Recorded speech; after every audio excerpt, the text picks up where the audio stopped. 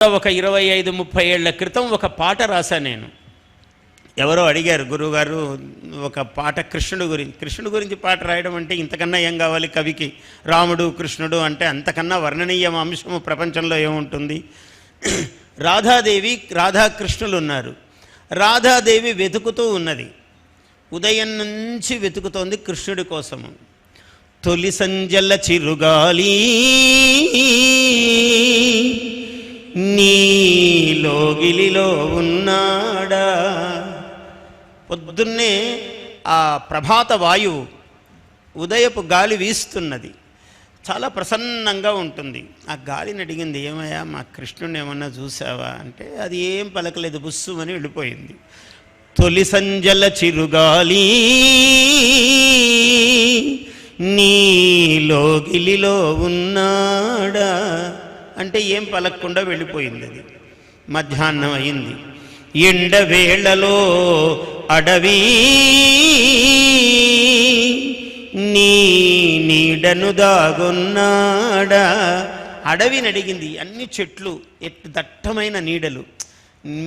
ఓ నీడల్లాగా చెట్లు, మీ రంగులోనే ఉంటాడు మా స్వామి, ఇక్కడెక్కడన్నా ఉన్నాడా అని అడిగితే అవి కూడా ఊరికే కొమ్మలు ఊపుతున్నాయి తప్ప, నీడలు కదులుతున్నాయి తప్ప ఏమీ సమాధానం ఇవ్వలేదు. ఎండవేళలో అడవి నీ నీడను దాగున్నాడా. మునిమాపున, సాయంకాలం అయిపోయింది, మునిమాపున అలనల్ల అలలవడి సాగేవో యమునా నీ నడుమను నడయాడేనా. నీ అలల్లాగే కండలు తిరిగి ఉంటాడు నా స్వామి, ఏమన్నా నీకు తెలుసా అని అడిగింది.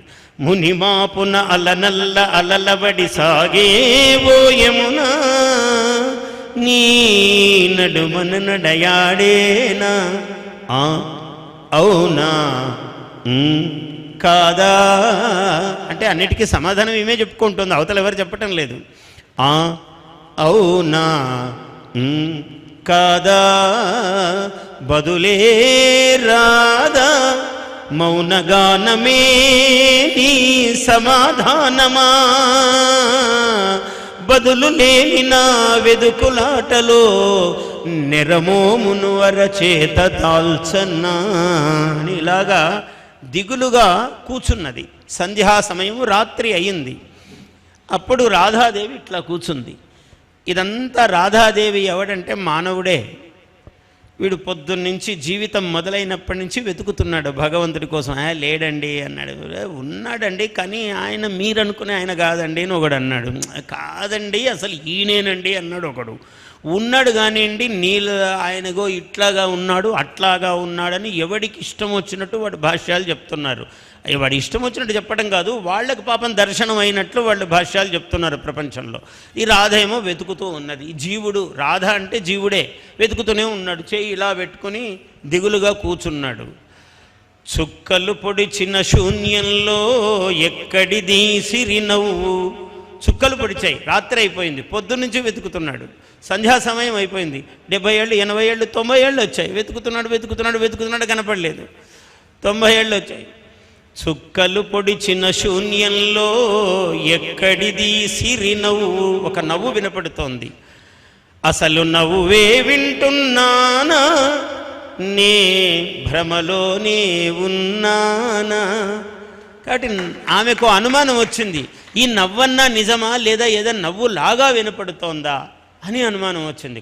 నవ్వే వింటున్నానా, నే భ్రమలోనే ఉన్నానా అంటే కృష్ణుడు వచ్చాడు. నవ్వే ఇది నవ్వే మువ్వల మురళి మోహన కృష్ణుని పెదవుల విరిసిన పువ్వే. నవ్వే ఇది నవ్వే మువ్వల మురళి మోహన కృష్ణుని పెదవుల విరిసిన పువ్వే. అమ్మక చెల్ల నమ్మనిదెల్ల భ్రమయే కాదా పిల్ల.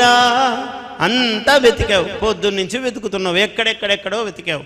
అమ్మక చెల్లా నమ్మనిదెల్లా భ్రమయే కాదా పిల్ల, నేనే నీలో కొలువై ఉంటే వెతికెదవి జగమెల్లా. ప్రపంచమంతా వెతుకుతున్నావు, లోపల మాత్రం వెతకలేదు. నేను నీ లోపలే ఉన్నాను, అందువల్ల నీకు ఇంత సమయం పట్టింది, నేను నీలోనే ఉన్నాను అన్న. ఇది తత్వం. ఊరికే వాళ్ళు ఏదో పాట అడిగారు కానీ అది ఇలా వచ్చింది. చాలా మురిసిపోయారు వాళ్ళు అడిగిన వాళ్ళు. మేమేదో అడిగాము సాధారణంగా రాధాకృష్ణులు అన్నాం కానీ ఇంతటి రాధాకృష్ణులు అంటేనే తత్వము. Please subscribe to our YouTube channel. Like and share this video.